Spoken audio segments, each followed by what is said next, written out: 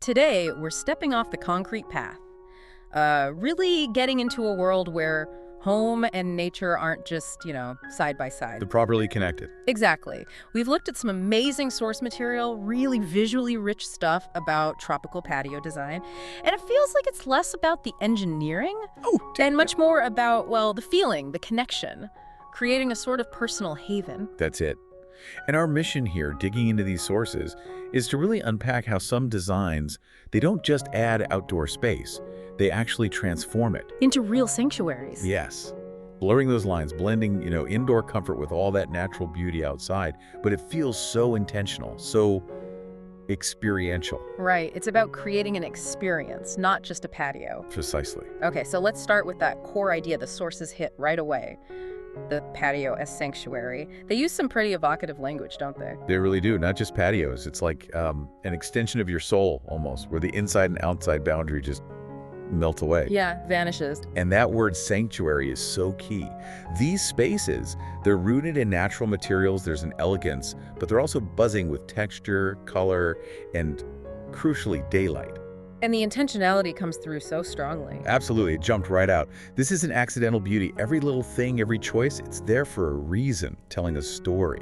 It's not shouting at you. No, it's whispering elegance, like you said. It feels personal, like it belongs right there, and it belongs to you. And that starts right at the threshold, doesn't it? Or the lack of one. The sources describe this incredibly smooth, seamless connection. Totally seamless. Forget your standard patio door. They talk about entire walls just sliding away, floor to ceiling, wood-framed glass. Wow. Yeah, it's about deliberately blurring those edges. Yeah. No awkward steps, no bumps. The transition itself is sensory. Sensory? How so? Well, think about stepping from maybe cool polished concrete inside onto a soft outdoor rug, or moving from a comfy textured chair inside to, say, sun-warmed wood planks outside. Ah, I see. So it's the feel of the shift. Exactly. And they even mention materials flowing outwards. Yeah. Like the same stone flooring might go from polished inside to a matte finish outside, or timber floors just continue right out. So the materials echo each other, inside and out.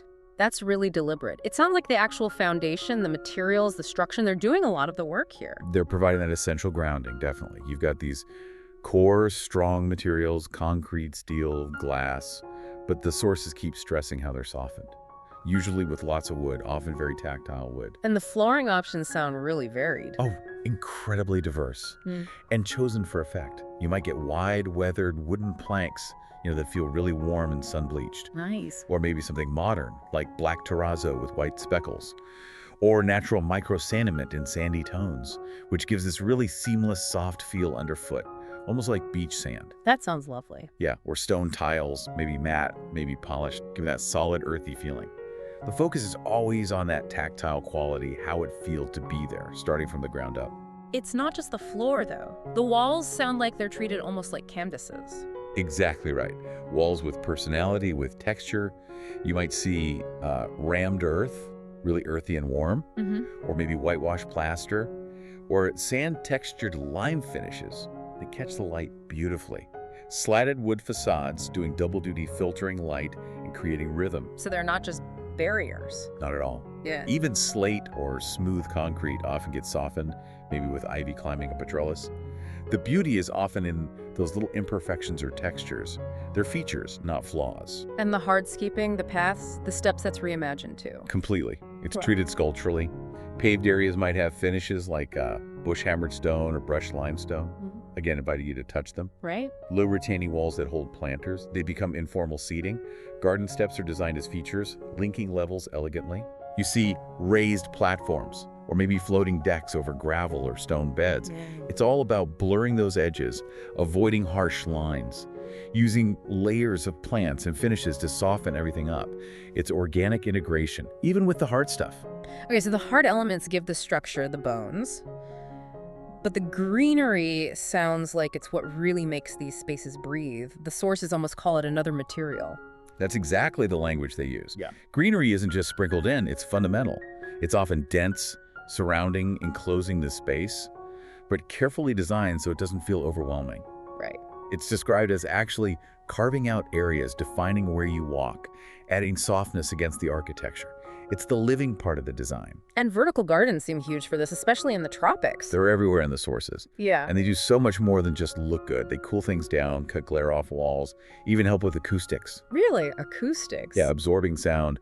And they're amazing focal points, like living tapestries, sometimes very structured, with neat rows of succulents. Other times deliberately wild-looking, with tropical philodendrons and ferns just cascading down, adds that vital vertical green element. And the pots and planters themselves, they get just as much thought. Oh, absolutely. The sources really focus on them. We're talking beautiful hand-glazed ceramics, textured ones, iron, clay, even hand-molded stone. And where they put them matters, too. Definitely. Strategic placement, lining walkways, maybe grouped together in little clusters or hanging to add layers. And the plants chosen very tropical, very intentional. Palms, ferns, heliconia, monstera, banana leaves. Wow, the classics. Yeah, and ornamental grasses, bamboo for structure, dried pampas for texture, bird of paradise, elephant ears. Each one picked for its form, its texture, how it adds to the whole sensory picture. Speaking of the whole picture, let's talk furniture. This isn't just dragging the kitchen chairs out, is it? No, definitely not. It's described as curated, often designer pieces that really elevate the space. What kind of material? A mix of durability and, well, luxury. Teak, rattan, steel, sure, but also textured linen, even velvet sometimes, woven rope detailing. Velvet outdoors. Well, maybe for cushions in more sheltered spots. The colors are mentioned too, deep sapphire blues, rich olives, tasteful but expressive. And the purpose isn't just sitting. No, it's about creating these little moments, inviting you to pause, breathe, look around, connect. Connect with nature, connect with people. But still practical. Oh yeah, the sources mention durability is key. Often modular, stackable for flexibility. It underlines that these are spaces for living in, not just admiring from afar. Okay, this is where I think it gets really fascinating what the sources call the master strokes. Light and texture. It sounds like sunlight is basically the lead designer. It really is. Natural light isn't just there, it's actively used. Yeah. It floods through those big openings, bounces off different surfaces, warms up the material. Creates patterns. Exactly. Dynamic patterns of light and shade that change all day. Minute by minute, the space transforms. They specifically mentioned the magic of the golden hour. When everything just glows. The whole design works to enhance that natural light show. And texture. The silent hero. That's the phrase. And it's everywhere, totally intentional. You've got the roughness of, say, rammed earth or a coarse jute rug, contrasting with the coolness of polished stone or a smooth ceramic pot. The grain of raw wood, intricate woven fibers, soft, nubby cottons, maybe buccal cushions, fabrics that look like raw silk. Even the plants contribute. Hugely. Think glossy monstera leaves versus feathery ferns or soft grasses. It's designed to make you want to look closer and to actually reach out and touch things. A symphony of textures. That's what the sources call it. Creates this rich, layered environment, engaging way more than just your eyes. So how do all these things, structure, plants, furniture, light, texture, how do they actually come together to create that experience they keep talking about? How's it choreographed? It's about really deliberate layout and flow. The sources talk about choreography, placing things intentionally to guide how you move, creating different zones. The little pockets within the space. Exactly. You might have a quiet spot for solitude, a daybed tucked away, maybe a reading nook framed by plants. And then areas for gathering low seating around a table, perhaps defined by those vertical gardens. And they mentioned making even small spaces feel generous. How does that work? Yeah, that was really interesting. You don't need a huge area for this sanctuary feel. It's about smart strategies. Layering things up, using height with plants or green walls. Verticality. Right. Creating rhythm with patterns or textures repeating. Using light cleverly. Maybe reflective surfaces like a small water feature or mirrored planters to bounce light and visually expand the space. Simple tricks too. Yeah, even narrow pathways or using chairs with open sculptural forms can make a space feel bigger, more intriguing. It's design thinking, not just about the square footage. Given the tropical focus, I noticed the sources didn't really mention fans or fireplaces much. How do these designs manage comfort, warmth, ventilation passively? They lean heavily on climate-responsive design. Things like deep roof overhangs for shade during the hottest part of the day. Okay, that makes sense. Timber slats or screens filter that intense sun, creating dappled light. Open passageways and the whole layout are often designed to encourage natural cross breezes. So working with the climate. Exactly. Thoughtful orientation filters the harsh sun but lets in plenty of daylight. Yeah. And the warmth. goes from the sun warming the materials themselves, the stone, the wood, which then radiate gentle heat. It's about natural regulation. And that leads right into the multisensory thing the sources describe. It's clearly not just about looking good. Oh, far from it. It's designed to hit all the senses. You feel the air moving, the temperature shifts between sun and shade.